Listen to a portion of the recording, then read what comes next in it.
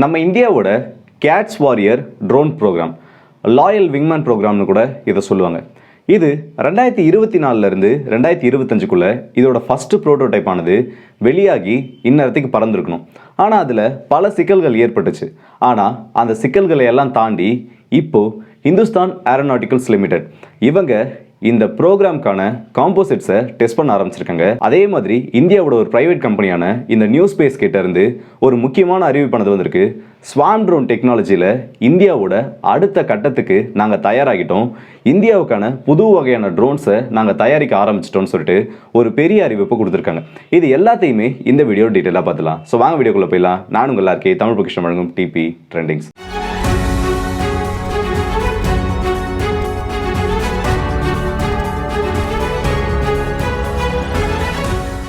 முதல் விஷயமா, இந்த கேட்ஸ் வாரியர் ட்ரோன்னா என்ன, இது எப்போ இந்தியாவில் இது ஒரு ப்ரோக்ராமாக பேச ஆரம்பிச்சாங்க? 2019 இந்துஸ்தான் ஏரோநாட்டிக்ஸ் லிமிடெட் இந்தியாவோட இந்த HAL நிறுவனம் பிரைவேட் கம்பெனிஸ் கூட சேர்ந்து நம்ம ஒரு அடுத்த ஜெனரேஷன் லாயல் விங்மேன் ப்ரோக்ராமை தொடங்கணும்னு சொல்லிட்டு ஒரு ப்ராஜெக்டில் இறங்குறாங்க. இதோட பேசிக்கான ஒரு கான்செப்ட் என்னன்னா, நம்மளோட Su-30 ஃபைட்டர்ஸ் தெரியும், ரஃபேல், தேஜாஸ்னு சொல்லிட்டு வரப்போகிற அடுத்த விமானங்களுக்கு ஒரு லாயல் விங்மேன் தேவை. எப்படி நம்ம மிசைல்ஸை யூஸ் பண்ணுமோ அதே மாதிரி இந்த விமானங்களை ஒரு மதர் ஷிப்பாக யூஸ் பண்ணி அதிலிருந்து இந்த அட்டாக் ட்ரோன், இதை ஒரு அட்டாக் ட்ரோன்னு கூட சொல்லலாம், அந்த ட்ரோனை லான்ச் பண்ணி அது எதிரிகளோட நிலைகளுக்குள்ளே போயிட்டு அங்கே நிலைமை எப்படி இருக்குது, இல்லை தாக்குதல் நடத்த வேண்டிய தேவை வந்தால் அதுவே தாக்குதல் நடத்திட்டு வர மாதிரி ஒரு ஸ்டெல்த் ட்ரோனாக இதை உருவாக்கணும்னு சொல்லிட்டு ஒரு ப்ராஜெக்டில் இறங்குறாங்க. அதன்படி உருவானது தான் இந்த கேட்ஸ் வாரியர் ப்ரோக்ராம்ன்றது. ஆனால் 2019 இதற்கான முதல் படி எடுத்து வச்சாலும் அதுக்கப்புறம் வந்த கொரோனா, அதை தொடர்ந்து வந்த லாக்டவுன்னு சொல்லிட்டு இந்த திட்டமானது அப்படியே தேங்கி நிற்க ஆரம்பிக்குது. அதுக்கப்புறம் அந்த திட்டத்தில் எந்த ஒரு முன்னேற்றமும் ஏற்படல. ஆனால் அந்த லாக்டவுன்லாம் முடிஞ்சதுக்கு அப்புறமா கொஞ்சம் கொஞ்சமாக பழைய நிலைக்கு, இயல்பு நிலைக்கு திரும்பினதுக்கு அப்புறமா இந்த ப்ரோக்ராமை திரும்ப ஆரம்பிக்கிறாங்க. ஆனால் அதில் பல சிக்கல்கள் ஏற்படுது. இதோட டிசைனாக இருக்கட்டும், இல்லை அதில் யூஸ் பண்ணுற இன்ஜினில் ஏற்பட்ட சில பிரச்சனைகள் சொல்லிட்டு இது எல்லாத்துலயுமே ஒரு சில இஷ்யூஸ் ஆனது இந்த ப்ரோக்ராம்க்கு ஏற்படுது. அது எல்லாத்தையும் நிவர்த்தி பண்ணிட்டு இதுல அடுத்த கட்டமா இதுக்கான அந்த மெட்டீரியல்ஸோட டெஸ்டிங்கை இப்போ HAL ஆரம்பிச்சிருக்காங்க. இந்த மெட்டீரியல் டெஸ்டிங்ன்றது ரொம்பவே ஒரு முக்கியமான விஷயம். ஏன்னா ஒரு ட்ரோனை நம்ம உருவாக்க போறோம், ட்ரோன் மட்டும் இல்லை, எந்த ஒரு ஃபிசிக்கல் ஆப்ஜெக்டை நம்ம உருவாக்குறனாலும் அதுக்கான அந்த மெட்டீரியல், அதில் யூஸ் பண்ணக்கூடிய அந்த காம்போசிஷன் சொல்லிட்டு எல்லாத்தையுமே சரியான அளவில் தேர்ந்தெடுத்ததான் நினைக்கிற அவுட்புட் ஆனது அந்த ஒரு விஷயத்தில் வரும். அது மட்டும் இல்லாமல் இதை ஒரு ஸ்டெல்த் ட்ரோனாக உருவாக்கப்படுறதா சொல்லியிருக்காங்க. இதில் மொத்தம் 4 ஹார்ட் பாயிண்ட்ஸ் இருக்குன்னு சொல்லியிருக்காங்க. 2 இன்டர்னல் வெப்பன்ஸ் பே மூலயமாவும் 2 எக்ஸ்டர்னலாகவும் இருக்கும். இந்த இன்டர்னல் வெப்பன்ஸ் பே யூஸ் பண்ணுறப்போ இந்த ட்ரோன் ஆனது ஸ்டெல்த் ட்ரோனாகவும், அதுவே இதோட எக்ஸ்டர்னல் வெப்பன்ஸ் பேலையும் அந்த எக்ஸ்டர்னல் ஹார்ட் பாயிண்ட்ஸ்லையும் இதில் மிசைல்ஸ்ன்னு சொல்லிட்டு யூஸ் பண்ணுறப்போ இது ஒரு அன்ஸ்டெல்த் ட்ரோனாகவும் இருக்குன்னு சொல்லியிருக்காங்க. அது மட்டும் இல்லாமல் இதில் air to air missile, air to ground மிசைல்னு சொல்லிட்டு மல்டி பர்பஸ் மிசைல்ஸை இதனால கேரி பண்ணிட்டு போக முடியும். நம்மளுடைய Su-30 இந்த ட்ரோனை அட்டாச் பண்ணி நம்ம அனுப்பிட்டோம்னா ஒரு குறிப்பிட்ட உயரத்துக்கு போனதுக்கப்புறமா இந்த ட்ரோனை Su-30, அதை மதர்ஷிப்னு சொல்லுவாங்க, அது லான்ச் பண்ணிடும். அப்படி லான்ச் பண்ணப்பட்டதுக்கு அப்புறமா இது மணிக்கு 750 900 கிலோமீட்டர் வேகம் வரைக்கும் இது பறக்க ஆரம்பிக்கும். இது பறக்கிறப்போ இதோட நாய்ஸை குறைக்கணுன்றதுக்காக F-35 அதோட இன்ஜின்ஸில் பார்த்தீங்கன்னா இந்த கிராஸ் சான்னு சொல்லியிருப்பாங்க, அந்த மாதிரி ஒரு டிசைனை யூஸ் பண்ணியிருப்பாங்க அந்த ஜெட் பிளாஸ்டோட நாய்ஸை குறைக்கிறதுக்காக. அதே மாதிரி ஒரு மெக்கானிசம் தான் இந்த ஒரு ட்ரோன்லையும் யூஸ் பண்ணியிருக்காங்க. இதோட ஆப்ரேஷனல் ரேஞ்சுன்றது நம்ம சாதாரணமாக நினைக்கிறத விட ரொம்பவே அதிகம். இதோட ஆப்ரேஷனல் ரேடியஸுங்கிறது, காம்பேட் ரேடியஸ்ன்றது 850 கிலோமீட்டர் வரைக்கும் இருக்கும். அது மட்டும் இல்லாமல் ஒரே ஸ்ட்ரெச்சில் இது பறக்கணும்னா 1300 கிலோமீட்டர் வரைக்கும் இதனால பறக்க முடியும்னு சொல்றாங்க. இப்படி உள்ள போகக்கூடிய இந்த ட்ரோனானது ஒரு மல்டி பர்பஸ் ட்ரோனா பயன்படும். முதல் விஷயம் சர்வைலன்ஸ், உள்ள என்ன நிலைமை இருக்கு, எந்தெந்த இடத்துல ஆயுதங்கள் இருக்கு, இது எல்லாத்தையுமே ஸ்கேன் பண்ணி மதர்ஷிப்புக்கு Su-30க்கு டேட்டாவை அனுப்பும். ரெண்டாவது விஷயம், இதுவே டார்கெட் ஐடென்டிஃபை பண்ணி அந்த டார்கெட்டை எங்கேஜ் பண்ணும். நான் சொன்னேன் இதில் ஏர் டு ஏர் மிசைல் இருக்கு, ஏர் டு கிரவுண்ட் மிசைல் இருக்கு. DRDOவோட ஸ்மார்ட் பாம்ஸ் எல்லாமே இதில் அட்டாச் பண்ணி அனுப்ப முடியும்னு சொல்கிறாங்க. ஒரு டார்கெட்டை இது ஃபைன் பண்ணிருச்சுன்னா அந்த டார்கெட்டோட கோஆர்டினேட்ஸை இந்த மதர்ஷிப்க்கு அனுப்பி அதுக்கப்புறமா அந்த டார்கெட் மேலே நம்ம தாக்குதல் நடத்தலாமான்ற பர்மிஷனையும் இது வாங்கி அதுக்கப்புறம் நடத்தும். அப்படி இல்லையா, இது AI மோடில் போட்டோன்னா, இது ஒரு அட்டானமஸ் மோடில் போட்டோன்னா எக்ஸாக்டான டார்கெட்டை ஃபைன் பண்ணிருச்சுன்னா அதுக்கப்புறம் அதுவே கூட அது மேலே போயிட்டு தாக்குதல் நடத்த முடியும். மூணாவது விஷயம், இதுவே ஒரு சூசைட் ட்ரோனா மாதிரி எதிரிகளோட விமானங்களை அழிக்கிறது. எதிரிகளோட விமானங்களை அழிக்கிறத பொறுத்த வரைக்கும் நம்ம மிசைல்ஸ் வச்சு தான் அழிப்போம். ஆனால் இந்த ட்ரோன்ன்றது ஒரு ஸ்டெல்த் ட்ரோனாக இருக்கிறதுனால விஷுவலாக பார்த்து இதை கன்ஃபார்ம் பண்ணுறதுக்கு முன்னாடி வரைக்கும் பெரும்பாலான விமானங்களோட ரேடாரில் இந்த ட்ரோனை கண்டுபிடிக்க முடியாது.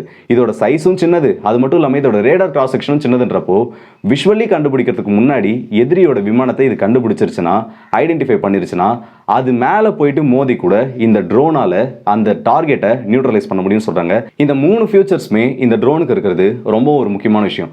ஏன்னா காஸ்ட்டை பொறுத்த வரைக்கும் ஒரு விமானத்தோட விலையில 10ல் 1 மடங்கு விலை கூட இந்த ட்ரோனுக்கு வராது.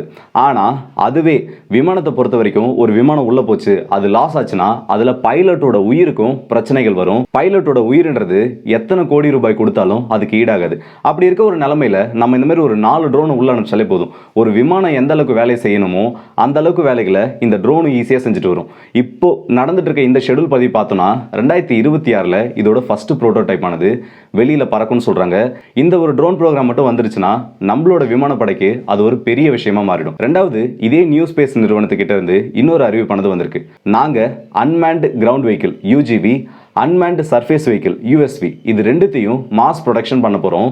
இந்தியாவோட ஸ்வாம் ட்ரோன் ப்ராஜெக்ட்டுக்கு இது ரொம்பவே ஒரு முக்கியமான விஷயமா மாறப்போகுதுன்னு சொல்கிறாங்க.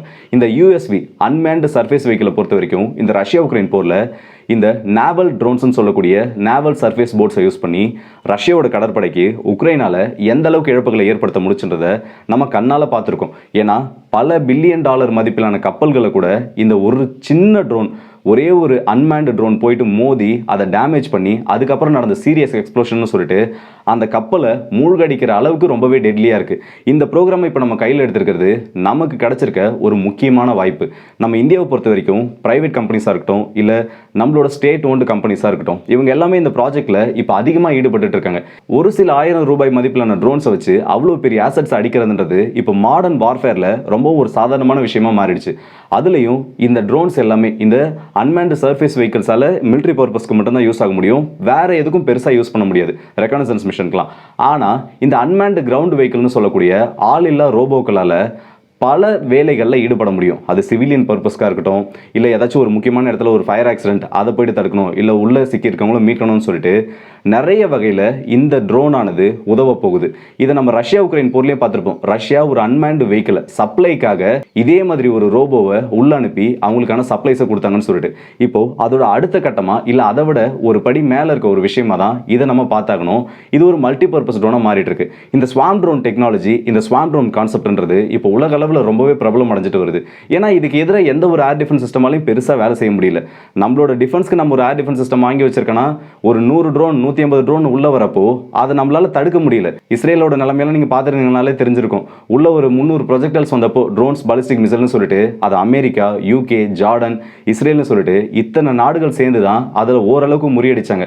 இந்த நாடுகளோட உதவி எல்லாம் இல்லைனா இஸ்ரேலுக்கு அன்னைக்கு பெரிய இழப்புகள் கூட ஏற்பட்டிருக்கலாம். இத்தனை நாடுகள் உதவி பண்ணியும் $1 பில்லியன் மேல செலவு பண்ணியும் இஸ்ரேலுக்குள்ள ஒரு சில ஏவுகணைகள் வந்து விழுந்துச்சு. ஆனால் நம்ம இந்தியாவை பொறுத்த வரைக்கும் நமக்கு தேவையான நேரத்தில் இந்த மாதிரி மற்ற நாடுகள் வருவாங்களான்றது தெரியல. ஏன்னா இஸ்ரேலுக்கும் அமெரிக்காவுக்கும் இருக்க இன்ட்ரெஸ்ட்ன்றது வேற, அதுவே இந்தியாவுக்கும் அமெரிக்காவுக்கும் இருக்க இன்ட்ரெஸ்ட்ன்றது வேற. இந்த இடத்துல டைரக்டா நம்ம யாரையும் நம்பாம நமக்கான ப்ரோக்ராம்ஸ் நம்ம உருவாக்கி வைக்கிறதா ஒரு நல்ல விஷயமா இருக்கும். ஸோ இந்த வீடியோட எண்டுக்கு வந்துட்டோம். இந்த வீடியோ பற்றி உங்களோட கருத்துக்களை கமெண்ட் செக்ஷனில் சொல்லுங்க. அடுத்து எந்த டாபிக் பேசணும்னு நீங்கள் நினைக்கிறீங்கிறதையும் கமெண்ட் செக்ஷனில் சொல்லுங்க. அடுத்த வீடியோ சந்திப்போம். அதுவரை உங்களிடம் விடைபெறுவது உங்கள் எல்லாருக்கும்.